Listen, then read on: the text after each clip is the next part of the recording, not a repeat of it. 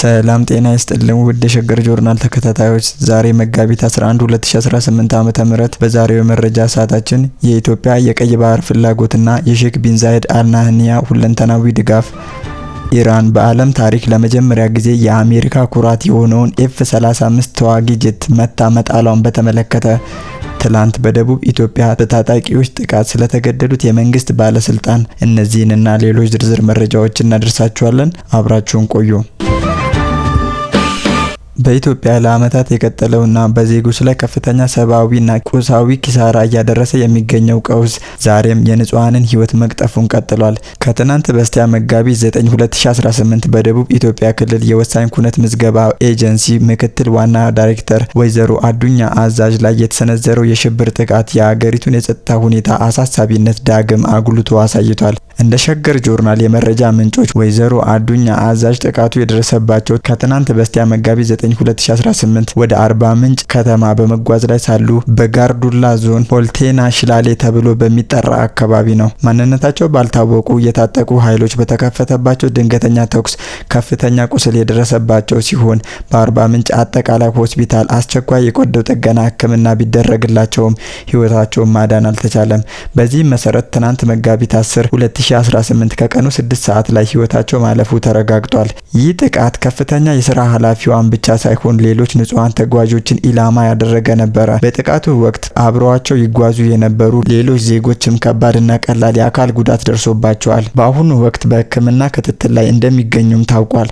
ይህ አይነቱ ጥቃት በሀገሪቱ የተለያዩ ክፍሎች እየተለመደ የመጣ የወንድማማቾች ጦርነትና ትርጉም የለሽ ግጭት ያስከተለው መራር ፍሬ መሆኑን ብዙዎች በምሬት ይገልጹታል። በተለይም ከአርባ ምንጭ ጋቶ ኮንሶ በሚወስደው መስመር ከቅርብ ጊዜ ወዲህ የጥቃትና የዘረፋ ቀጠና ሆኖ መቆየቱ የአካባቢው ነዋሪዎችና ተጓዦች ይናገራሉ። ዜጎች ከቦታ ቦታ የመንቀሳቀስ መብታቸውን በታጠቁ ኃይሎች ተነጥቀው በየመንገዱ ግድያና ዝርፊያ፣ እገታ የዕለት ተዕለት ክስተት ሆኗል። በዚህ ትርጉም በሌለው ጦርነትና ግጭት ከፍተኛ ዋጋ እየከፈልን ያለነው እኛ ንጹሃን ዜጎች ነን የሚሉት አንድ የአካባቢው ነዋሪ መንግስት የዜጎችን ደህንነት የመጠበቅ ኃላፊነቱን በአግባቡ እንዲወጣ አጥብቀው ጠይቀዋል። የታጠቁ ኃይሎች ያለምንም ከልካይ በየመንገዶች ላይ ጥቃት እየፈጸሙ መሆኑ የሀገሪቱን የህግ የበላይነት ጥያቄ ውስጥ የሚጥል ከመሆኑም በላይ ዜጎች በገዛ አገራቸው ባይተዋርና የጥቃት ሰለባ እንዲሆኑ እያደረገ ነው ብለዋል። ኢትዮጵያ ባለፉት ዓመታት ውስጥ በገጠማት ተከታታይ ግጭቶች ምክንያት ማህበራዊ ትስስሯ እየላላ የምጣኔ ሀብቷም እየደቀቀና የዜጎቿ ሰላም እየራቀ መጥቷል። ይህ በወንድማማቾች መካከል የሚካሄደው የጥፋት አዙሪት የትም እንደማያደርሰንና ይልቁንም ሀገርን ወደማትወጣበት አዘቅት ውስጥ እየከተታት መሆኑ ብዙዎች ይስማሙበታል። የወይዘሮ አዱኛ አዛዥ ሞት በአንድ ወቅት ሰላማዊ በነበረው የደቡብ ኢትዮጵያ ጭምር የጸጥታ ስጋቱ ምን ያህል ስር እየሰደደ መሆኑን ያሳያል። ነዋሪዎችና የሟች ቤተሰቦች መንግስት በእነዚህ ታጣቂዎች ላይ የማያዳግም እርምጃ እንዲወስድ ብቻ ሳይሆን ለግጭቱ ዘላቂ ሰላማዊ መፍትሄ እንዲፈልግላቸው እየተማጸኑ ይገኛሉ። በአሁኑ ወቅት በመላው አገሪቱ የሚስተዋለው ግድያ፣ ዘረፋና ወንጀል ተገቢው ትኩረት ካልተሰጠው የሀገሪቱ ህልውና አደጋ ላይ መውደቁ የማይቀር መሆኑን ተገንዝቦ የመንግስት የጸጥታ መዋቅር ተገቢውን ጥበቃና ክትትል እንዲያደርጉ የብዙዎች ጥሪ ነው። የወይዘሮ አዱኛ አዛዥ የቀብር ስነ ስርዓት ከቤተሰቦቻቸውና ከስራ ባልደረቦቻቸው ጋር በመመካከር በቀጣይ ቀናት የሚፈጸም ሲሆን ጉዳዩን በተመለከተ ከክልሉ የጸጥታ ቢሮ እስካሁን የተሰጠ ዝርዝር መግለጫ የለም።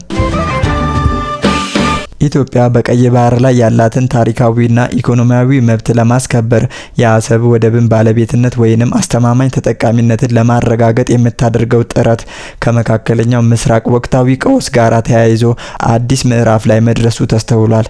ረቡዕ ዕለት ጠቅላይ ሚኒስትር አብይ አህመድ ከተባበሩት አረብ ኤሚሬቶች ፕሬዝዳንት ሼክ መሐመድ ቢን ዛይድ አልናህያን ጋራ ባደረጉት የስልክ ውይይት ኢራን በባህረ ሰላጤው አገራት ላይ የምትፈጽመውን ግልጽ ጥቃት በድጋሚ አውግዘዋል።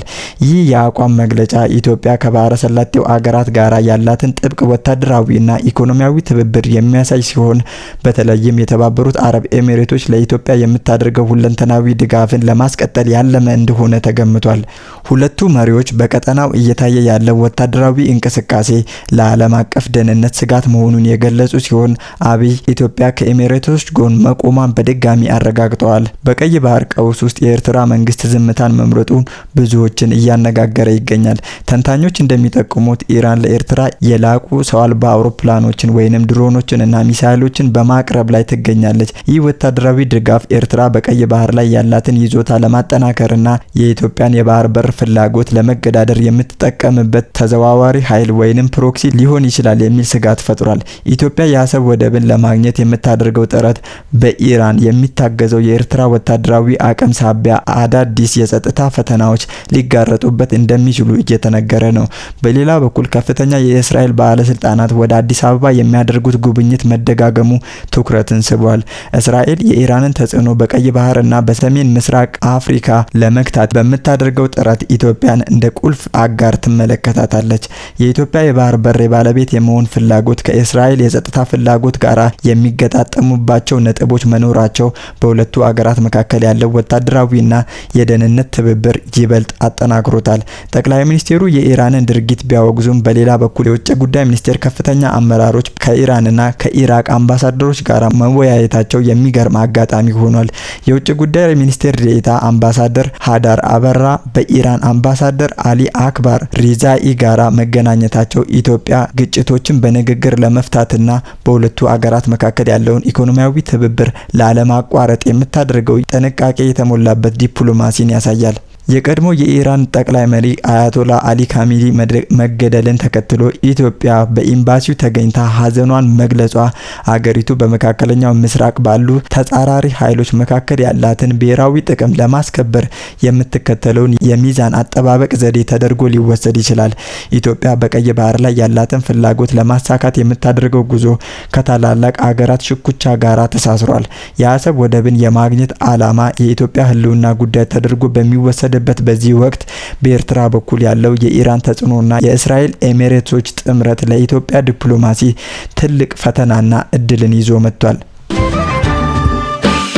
በመካከለኛው ምስራቅ ለሳምንታት የቀጠለው ወታደራዊ ግጭት ወደ ከፋ ደረጃ መሸጋገሩን የሚያመለክቱ አዳዲስ ክስተቶች በየዕለቱ እየተሰሙ ይገኛሉ። በተለይም የእስራኤል ጦር በኢራኑ ከፍተኛ ባለስልጣን አሊ ላርጃኒ ላይ የፈጸመውን ግድያ ተከትሎ የሞስኮና የቴሄራን ወታደራዊ ትብብር ወደ አዲስ ምዕራፍ መሸጋገሩ የዓለምን ትኩረት ስቧል። ከአሊ ላርጃኒ ግድያ በፊት ሩሲያ በመካከለኛው ምስራቅ ግጭት ውስጥ የነበራት ተሳትፎ በዋናነት ለኢራን ወታደራዊ ጥቃቶች የሚያስፈልጉ የደህንነትና የሳተላይት መረጃዎችን በማቅረብ ላይ የተገደበ ነበር። ሆኖም ላርጃኒ ከተገደለ በኋላ ሞስኮ አቋሟን በአስገራሚ ሁኔታ በመቀየር በጥቂቱ ከመሳተፍ ወደ ቀጥተኛና ጠንካራ ድጋፍ ተሸጋግራለች። ሩሲያ በአሁኑ ወቅት የኢራንን የአየር ክልል አስተማማኝ ለማድረግ እጅግ ዘመናዊ የተራቀቁ የአየር መከላከያ ስርዓቶችን ለቴሄራን ማቅረቧ ተረጋግጧል። ይህ እርምጃ እስራኤልና አሜሪካ በኢራን ላይ የሚሰነዝሩትን የአየር ጥቃት በእጅጉ የሚገታና የኃይል ሚዛኑን የሚቀይር እንደሆነ ተገምቷል። ዛሬ የወጣውና ዓለምን እያስገረመ ያለው ዘገባ ኢራን የራዳር እይታን ሰርጎ በመግባት የሚታወቀውንና የአሜሪካን ኩራት የሆነውን F-35 የጦር ጄት መምታቷ ነው። ዋሽንግተን ድርጊቱን ያመነች ሲሆን ይህም በታሪክ ለመጀመሪያ ጊዜ የዚህ አይነቱ ዘመናዊ ጄት በጠላት ተመቶ ሲወድቅ ቀዳሚ ክስተት ሆኗል። የወታደራዊ ጉዳዮች ተንታኞች እንደሚሉት ይህ ስኬት የኢራንን የአየር መከላከያ አቅም በከፍተኛ ሁኔታ ማደጉን የሚያሳይ ነው። በተለይም ሩሲያ ካቀረበችው ድጋፍ በተጨማሪ ከቻይና ሊቀርቡላት የሚችሉ እጅግ ዘመናዊና ፈጣን ሚሳይሎችን ታጥቃ ሊሆን ይችላል የሚል ከፍተኛ ስጋት በአሜሪካና በእስራኤል ወታደራዊ መኮንኖች ዘንድ ፈጥሯል።